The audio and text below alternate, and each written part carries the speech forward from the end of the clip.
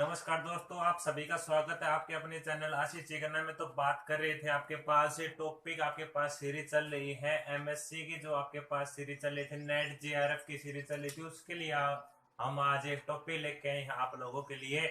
उस टॉपिक का नाम आपके पास है बोरोन अप्रोक्सीमेशन, जो आपके पास काम आता है नेट में, जेआरएफ में और एमएससी में जो पेपर देंगे आप बच्चे, उसमें आपके पास काम आएगा। क्वांटम का टॉपिक है, तो उसके बारे में हम डिस्कस करने जा रहे हैं। तो आपके पास टॉपिक है बच्चों बोरोन अप्रोक्सीमेशन। बोरोन अप्रोक्सीमेशन, इसके नोट्स आपके पास साथ साथ लिखवाए जाएंगे। जो आपके पास जो भी जानकारी है कॉपी पेन बच्चे हाथ में ले लें, क्योंकि आपके पास सारे के सारे आपके पास लिखवाए जाएंगे। तो आपके पास सबसे पहले बात करते हैं बोरोन अप्रोक्सीमेशन क्या होता है, भाई किसको एवलेट करता है। तो आपके पास बोरोन अप्रोक्सीमेशन होता है, ये आपके पास स्कैटरिंग एम्पलीट्यूड को एवलेट करने के लिए काम आता है, मतलब उसके मूल्यांकन के लिए काम आता है। तो आपके पास लिखें the boron approximation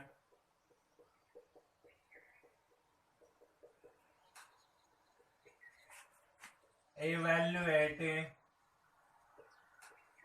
the scattering। Boron जो अप्रोक्सीमेशन है ये किसको एवलेट करने के लिए काम आता है, स्कैटरिंग एम्पलीट्यूड को एवलेट करने के लिए काम आता है। Scattering amplitude. अब बच्चों स्कैटरिंग एम्पलीट्यूड की नोटेशन कैसी होती है बच्चों, आपके पास स्कैटरिंग एम्पलीट्यूड की नोटेशन होती है एफ थीटा फाई से नोटेशन होती है। ये किसके लिए मेजर करने के लिए काम आता है, एवलेट करने के लिए, स्कैटरिंग एम्पलीट्यूड को एवलेट करने के लिए काम आता है। फिर हम इससे बाद में जानकारी लेते हैं आपके पास इसमें क्या होता है। जो डिफरेंशियल क्रॉस सेक्शन होता है उसके टर्म को कैसे लिखते हैं, तो इसका देन डिफरेंशियल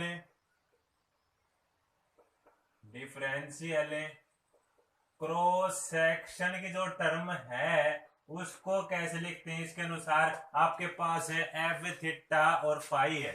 अब आपके पास डिफरेंशियल क्रॉस सेक्शन के लिए आपके पास ये निशान लगता है जिसे आप क्या कहते हैं, सिग्मा कहते हैं। तो आपके पास डिफरेंशियल क्रॉस सेक्शन के लिए आपने इसका फॉर्म में लिखना है, तो एफ थीटा फाई लगाने के बाद आप क्या कर दें, इसका होल स्क्वायर कर दें। अब बात करते हैं बच्चों आपके लिए बोरोन जो अप्रोक्सीमेशन है ये आपके पास अप्लीकेबल होता है ओनली पोटेंशियल फंक्शन v के लिए, कब, जब आपके पास बहुत ही कम हो। सो बोरोन अप्रोक्सीमेशन, जो बोरोन अप्रोक्सीमेशन है आपके पास बच्चों इज अप्लीकेबल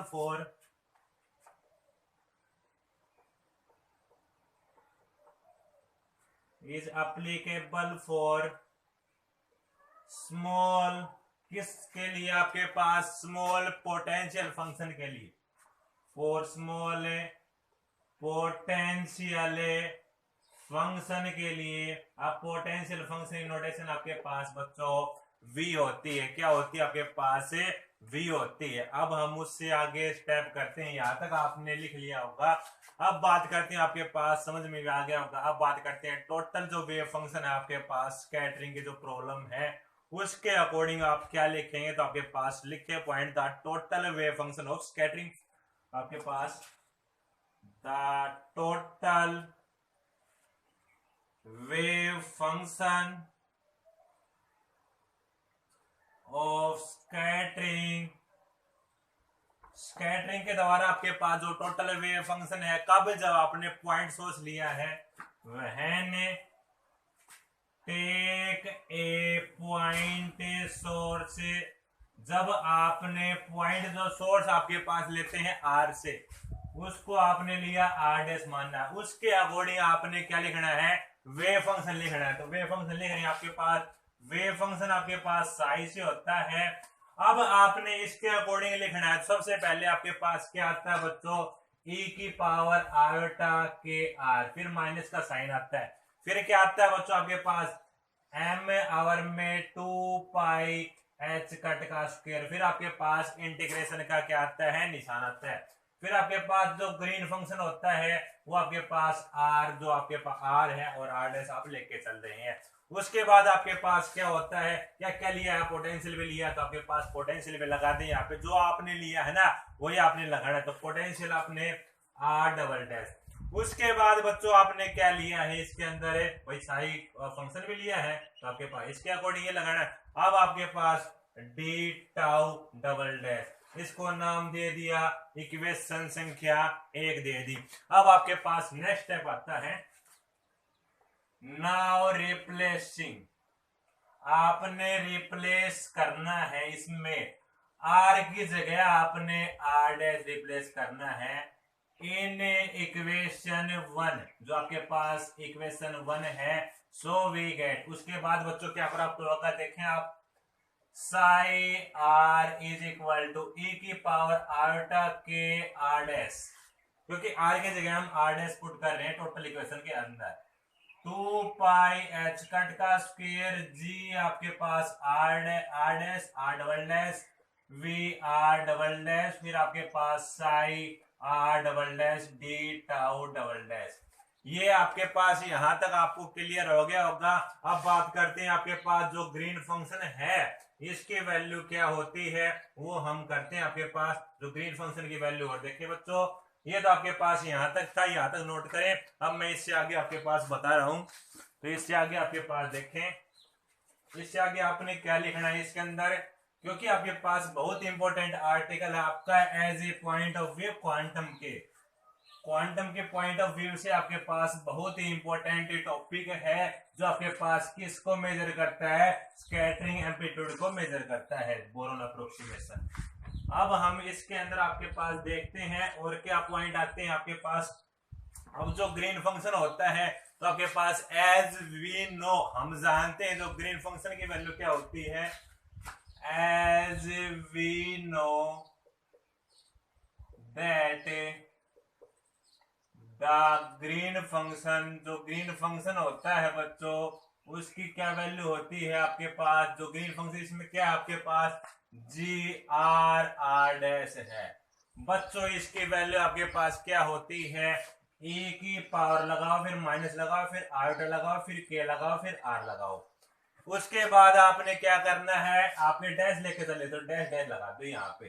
फिर आपके पास क्या होता है बच्चों, आपके पास ए की पावर में आर्टा के आर बटे में आर, जो ग्रीन फंक्शन होता है उसकी वैल्यू आपके पास रिजल्ट था उसका ये वाला। अब हम क्या करेंगे बच्चों, जो रिजल्ट है आपके पास ये वाला कहाँ पे पुटअप करेंगे, आपके पास यहाँ पे पुटअप करेंगे, इसको नाम दे दें आपके पास इक्वेशन 2 हो गई। अब आपके पास इसमें क्या करना है, आपने इसमें पुटअप करना है। तो पुटअप करने के बाद बच्चों आपके पास इक्वेशन क्या होगी, मैं अभी लिख रहा हूं आपके पास देखें, जो आपके पास ये ग्रीन फंक्शन है इसको नाम दे दे 3। Now using equation 3 in equation 2 we get, जो आपके पास 3 इक्वेशन है उसका प्रयोग किसमें करना है, 2 के अंदर करना है। तो उसके बाद आपके पास क्या स्टेप आएगा, psi are is equal to ई की पावर आर्टा के आर डैश। सबसे पहले तो ये है आपके पास, उससे आगे क्या है बच्चों आपके पास माइनस का, यहां से क्या है एम आवर में 2 पाई एच कट का स्क्वायर, और यहाँ पे इंटीग्रेशन लगा दिया। अब आपने क्या करना है बच्चों, आपने जो इंटीग्रेशन लगाया है इसमें जो कांस्टेंट टर्म है उसको मैं बाहर लिख देता हूँ। इसके साथ जो कांस्टेंट टर्म आपके पास ये वैल्यू रखोगे, जो कांस्टेंट टर्म है आपके पास इसको मैं बाहर लिख रहा हूँ। अब आपके पास क्या है, ए के पावर आर्टा के आर, और उसके नीचे आपके पास बच्चों क्या है, आर है, वही आर लिख दो। इंटीग्रेशन है, इंटीग्रेशन लगा दिया। उसके बाद बच्चों आपने क्या करना है, ए की पावर आर्टा के आर डैश करना है, जो आपके पास माइनस वाली टर्म है वो वाली संख्या। अब जो आपके पास इसके अलावा क्या क्या बच गए वो आप एज इट इज लिखें। क्या क्या बच गया आपके पास, वी आर, तो वी आर आपके पास भाई किसके अकॉर्डिंग लिख रहे थे हमें, वी आर डैश के अकॉर्डिंग, क्योंकि आपके पास आर है उसको हमने आर डैश लिखा है, तो आपके पास वी आर डैश लिख के, फिर आपके पास ए की पावर आपके पास क्या है, आर्टा के आर, ए की पावर आपके पास क्या है बच्चों, आयोटा के आर डैश और फिर आपके पास डी टाउ डैश। इक्वेशन आपके पास ये कौन सी आ गई, इक्वेशन नंबर 4 आ गई। बट हम क्या जानते हैं, एक रिजल्ट जानते हैं यहाँ से, वो रिजल्ट क्या है वो और देख के बच्चों आप वीडियो को स्टार्टिंग से लेके अंत तक जरूर देखिए, क्योंकि आपके पास काफी इंपॉर्टेंट आर्टिकल है। तो आपके पास बच्चों बट लेकिन आपके पास जो साई आपके पास जिसे हम क्या कहते हैं वेव फंक्शन कहते हैं, इसके अकॉर्डिंग आपके पास क्या होता है e की पावर आयोटा के आर प्लस में आपके पास e की पावर आयोटा के आर सभी में है, आपको ये देखना है। फिर आपके पास एम्पलीट्यूड होता है, उसकी नोटेशन मैंने क्या बताई थी आपके पास बच्चों, थीटा और फाई बताई थी। उसके बाद आपने क्या करना है e की पावर आयोटा के आर बाई आर करना है।